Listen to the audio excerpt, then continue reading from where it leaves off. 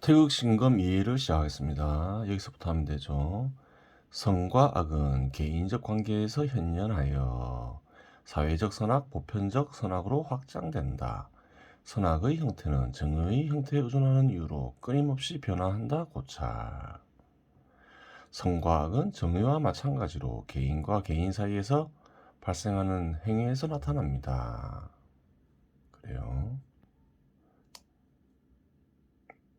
개인적 선악은 개인이 행하는 개인의 행위에서 발견되는 거죠. 그래요. 말을 이해하기 쉽게 바꾸는 거죠. 하지만 제도의 필요에 의해 사회적 선악으로 확장되지요. 사회적으로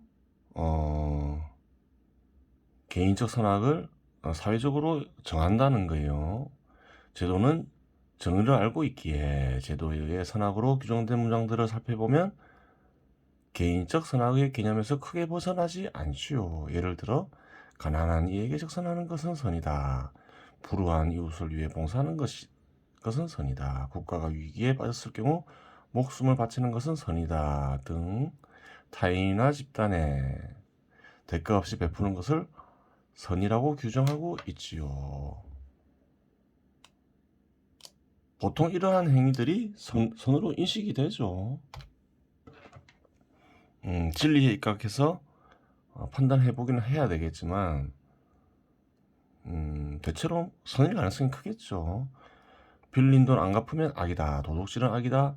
사기는 악이다. 살인은 악이다. 타인을 향해 욕하거나 폭력을 행사하는 것은 악이다. 등 개인적 선악이 사회적 선악으로 확장되어 있습니다. 그렇죠. 이러한 행위가 벌어지면 어떤 개인적인 복수보다는 사회적으로 처리하는 경우가 많죠. 그 얘기를 하는 거죠. 주석이 있죠. 볼게요. 개인적 선악이 사회적 선악으로 확장되는 사례는 법을 통해 쉽게 확인할 수 있다. 사회적으로 어떻게 처리하나요? 문명이 어느 정도 발달한 국가에서는 법으로 처리하죠. 그래요. 주로 악에 대해서 법은 얘기를 하죠. 사회질서 유지를 위해서. 형법 제250조 살인에 대한 조항이 있죠. 사람을 살해한 자는 사형, 무기 또는 5년 이상의 징역에 처한다. 그래요. 자기 또는 배우자의 직계 존속을 살해한 자는 사형, 무기 또는 7년 이상의 징역에 처한다. 이렇게 법으로 확인할 수 있지요.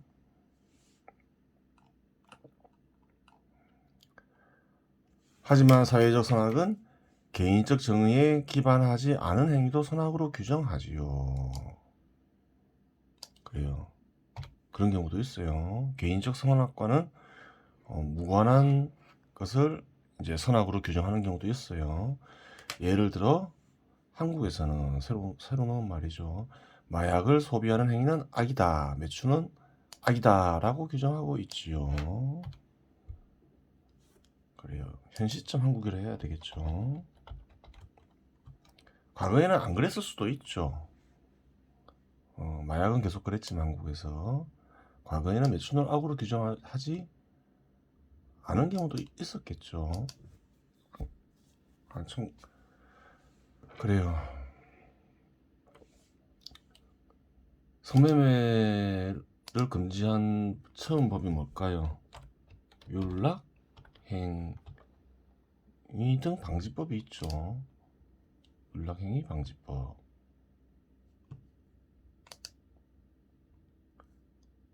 한 1960년대 만들어진 것으로 돼 있죠.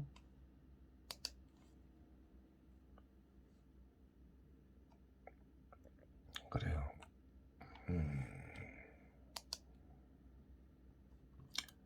윤락행위 등 방지법 1961년 11월 9일에 제정되었다. 이렇게 돼 있죠.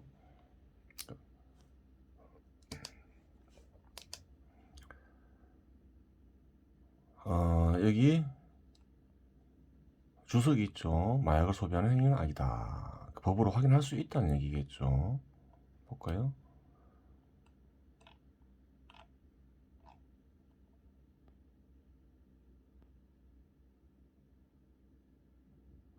다음 각 호의 제1에 해당하는 자는 무기 또는 7년 이상의 징역에 처한다.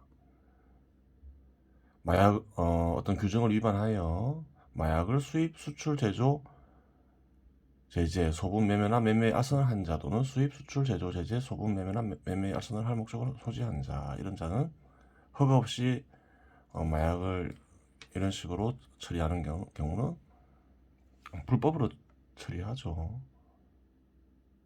뭐 이런 행위를 해도 합법인 경우도 있다는 얘기겠죠. 그리고 사람을 치료하기 위해서 약품으로 사용할 때는 그래요. 이러한 행위가 용인되겠죠. 하지만 개인이 약품으로 사용하지 않고 환각제로 사용할 때는 그래요. 그런 식으로 마약을 공급할 때는 처벌이 무겁죠. 특히 또 어떤 게 있나요? 영리를 목적 또는 상습으로 제1항의 죄를 범한 자는 사형 무기 또는 10년 이상의 징역에 처한다. 이 공급자는 굉장히 무거운 처벌을 받게 되어 있어요. 소비자는 어떨까요? 다음 각 호의 1에 해당하는 자는 1년 이상의 유기징역에 처한다. 1이 뭘까요? 제4조의 규정을 위반하여 마약을 소지, 소유, 관리 또는 수수하거나 제44조 제1항의 규정을 위반하여 한해 마약을 제재한 자. 그래요. 소비한 자에 대한 거는 그래요. 제19조 나와 있죠. 여기 61조 맞죠? 그래요.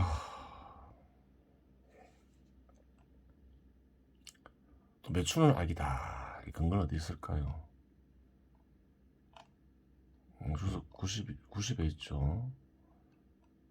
다음은 각 호의 어느 하나에 해당하는 사람은 3년 이하의 징역 또는 3천만 원 이하의 벌금에 처한다. 성매매, 알선 등 행위를 한 사람, 성을 파는 행위를 할 사람을 모집한 사람, 성을 공급하는 거죠. 소비자도 처리하는 법이 있죠.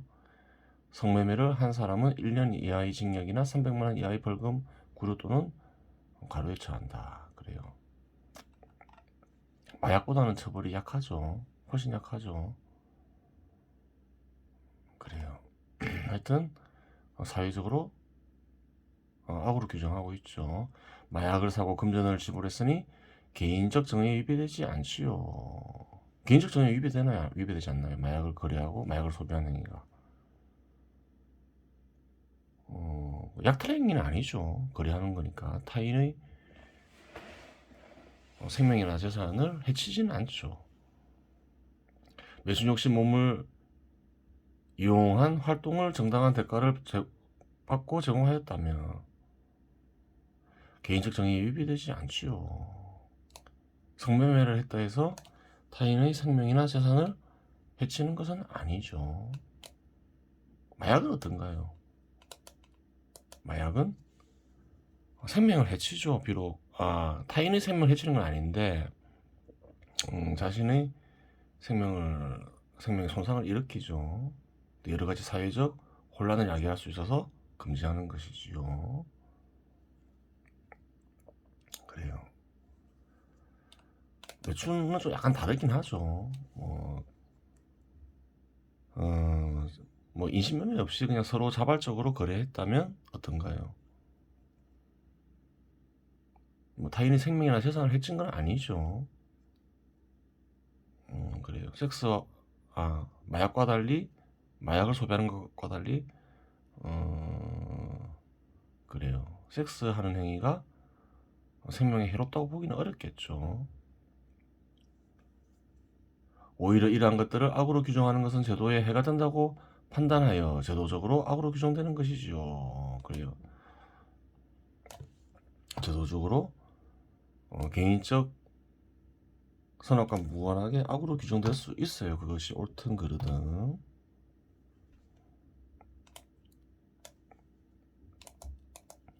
즉 제도가 그러한 행위는 너희들 간거래는 정의에 위배되지 않았다고 하더라도 나에게 아무 대가 없이 해를 끼쳤으니 악이다라고 규정짓는 것이라고 보아야 하겠지요. 하지만 이러한 것들을 제도가 해롭지 않다고 생각하면 규제를 풀어줄 수 있는 것이지요. 그렇죠. 개인적 정의에 위배되지 않으니까 사회 전체를 보는 거죠. 사회 전체에 큰 문제가 없다. 그러한 경우에는 규제가 풀릴 수 있는 거예요. 예를 들어 간통죄가 그러한 것이지요. 간통죄는 제도가 규제의 필요성을 못 느껴 풀어준 것이지 배우자에게 피해자를 끼친다는 점에서 정의 원칙에 입각할 경우 악이 되지요. 어떤가요?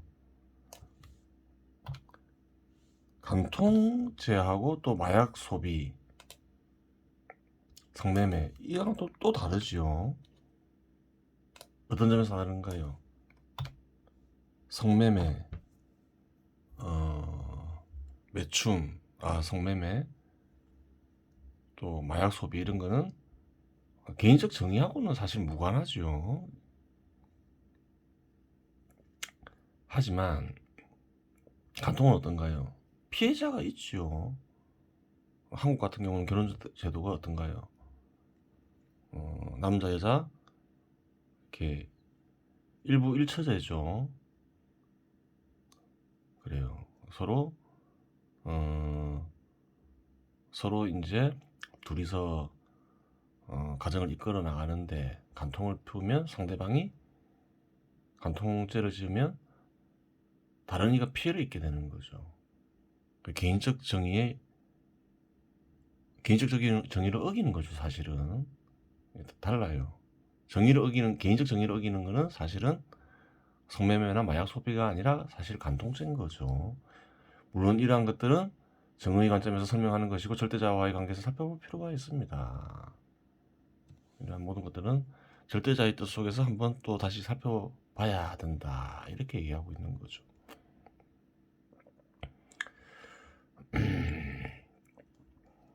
제도의 기능을 수행하는 과정에서도 정의가 발생할 수 있으니 선악 역시 발생할 수 있고 이는 사회적 선악의 한 형태이지요. 이 부분은 끊임없이 변하는 사회적 선악의 형태와 함께 고찰해 보도록 하겠습니다. 정의 형태가 변한다 했죠.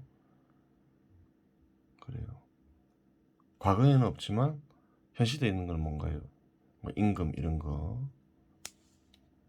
과거에도 있고 현재도 있는 것도 있겠죠. 살인은 과거나 현재나 사회 내에서 살인을 저지르는 행위는 보통 악으로 규정되죠.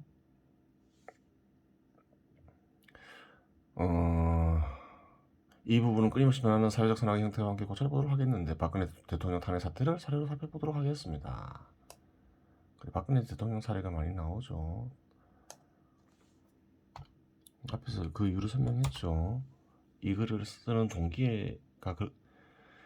동기와 연관이 되어 있죠. 박근혜 대통령 탄핵 사태는 제도의 기능을 수행하는 과정에서 발생할 수 있는 정의를 내재한 문제들을 아주 선명하게 노출시켜 분석을 용이하게 합니다. 그래요. 노출됐죠. 수사를 하면서. 노출 안 되는 경우도 과거에는 많겠죠. 근데 노출이 됐기 때문에 분석하기가 용이하다는 거죠. 정치 영역과 경제 영역의 협조 과정에서 재단을 설립하였는데 30개 그룹이 개입되어 있다고 하더군요. 이 정도 규모면 정치 영역의 기능 수행 과정에서 발생한 일로 판단해야 합니다. 그래요. 정치 영역과 경제 영역은 협력을 하겠죠. 30개 그룹 역시 한국을 대표하는 기업들이니 정치 영역과 교류를 해요. 문재인 정부 때 어땠나요? 국정농단이라고 하여 정치 영역과 경제 영역을 매개한 정경련을 그 정치 영역에 참여하는 것을 못하게 했죠. 하지만 그렇다고 해서 협조 관계가 끊어졌느냐? 그렇진 않죠. 또 다른 단체가 또 정치 영역과 협력을 했죠. 상공회의소가 주로 했던 걸로 보여요. 이 정도 규모면 정치 영역의 기능 수행 과정에서 발생하는 일로 판단해야 합니다. 그렇죠. 정치 영역과 경제 영역과의 이러한 관계는 오래전부터 있었던 것으로 파악되고 제도의 생존과 발전에 필요하다면 앞으로도 계속 있겠지요. 그렇죠. 그러면 정치 영역의 기능을 선악으로 판단할 수는 없는 것이니 결국 재단이라는 형태에 대한 사회적 선악의 기준이 변했다고 보아야 합니다. 재단이 문제가 될 수 있는 거죠. 과거에는 악으로 규정되지 않던 것이 이번에는 악으로 규정된 것으로 보아야 합니다. 그래요. 박근혜 정부가 혹은 박근혜 대통령이 기업들을 동원하여 재단 설립한 걸 얘기하는 거죠. K재단, 미르재단, K스포츠재단, 미르재단.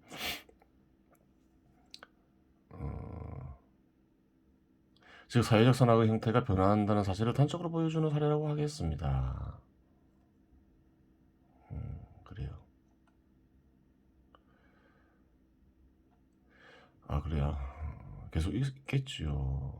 그럼 정책의 기능을 선악으로 판단할 수 없는 것이니 결국 재단이라는 형태에 대한 사회적 선악의 기준이 변했다고 보아야 합니다. 과거에는 처벌하지 않았지만 재단을 정치적 목적으로 이용하는 것은 현 시점에 와서는 악으로 변했다. 이용하지 마라. 그런 얘기인 거죠. 과거에 그러한 사례는 많죠. 정치인과 연관된 그래요. 재단. 예를 들어서 기억나는 게 어떤 게 있나요? 좀 유명한 거. 박정희 대통령의 부인 유경수 씨가 만들었다는, 유경수 여사라 해야 되죠. 유경수 여사가 만들었다는 유경재단. 그래요. 정치인과 연루되어 있죠. 대통령과. 또 전두환 대통령이 설립했다는 일해재단. 또 김대중 대통령도 설립을 했죠. 대통령 되기 전에 아태평화재단, 그런 게 있죠. 있어요. 그래요.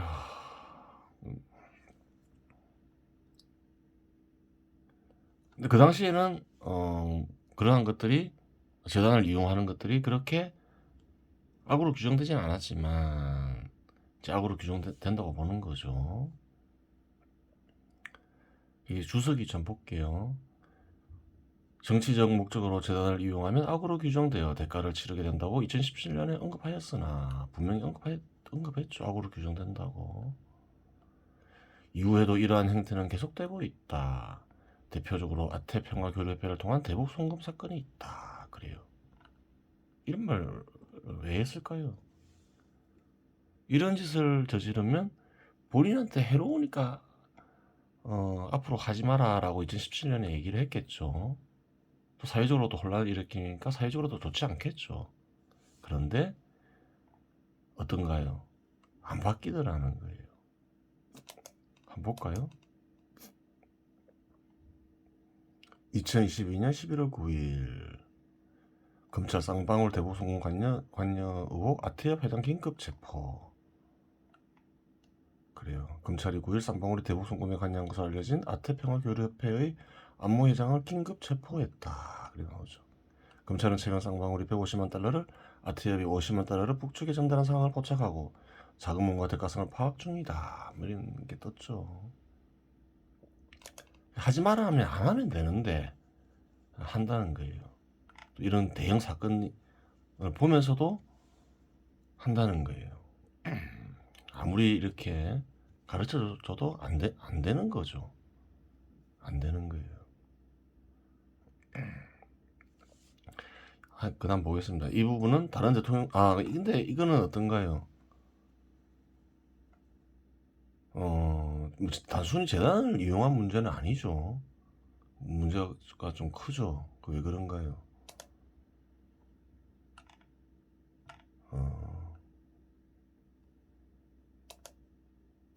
유엔 제재랑 연관이 있기 때문에 그렇죠.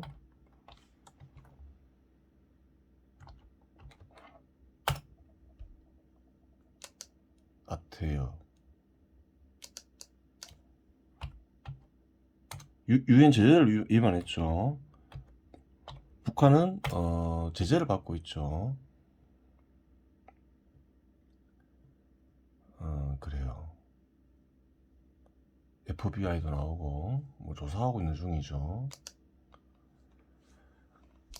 근데 유엔 제재가 사실은 유엔 제재보다 더 큰 문제가 있는 거죠.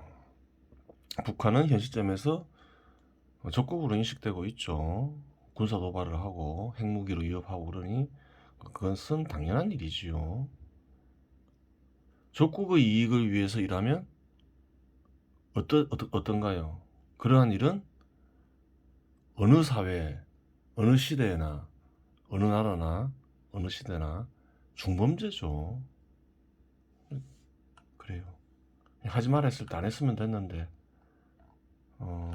억지로 하면서 이 자체도 그래 범죄로 인식될 수 있지만 그래요. 중범죄를 저질러 버린 거죠. 연루된 자들은 마땅히 대가를 치러야 되겠죠. 그래요.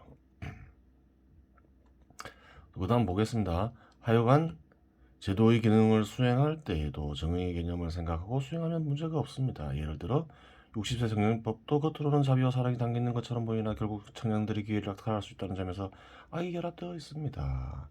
외양 내음만 정책이라고 볼 수 있습니다. 겉으로 보긴 어떤가요? 그래요.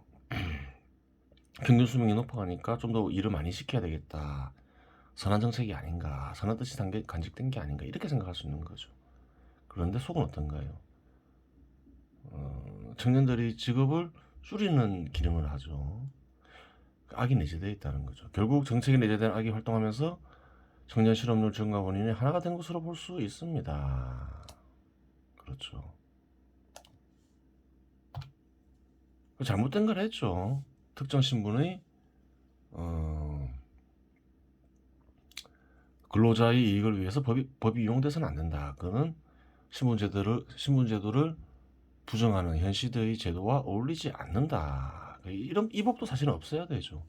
오히려 기업이 보장하는 바로 없애는 게 좋지만 그게 여의치 않으면 나이를 줄여서 무력화시켜야 되는 법이죠.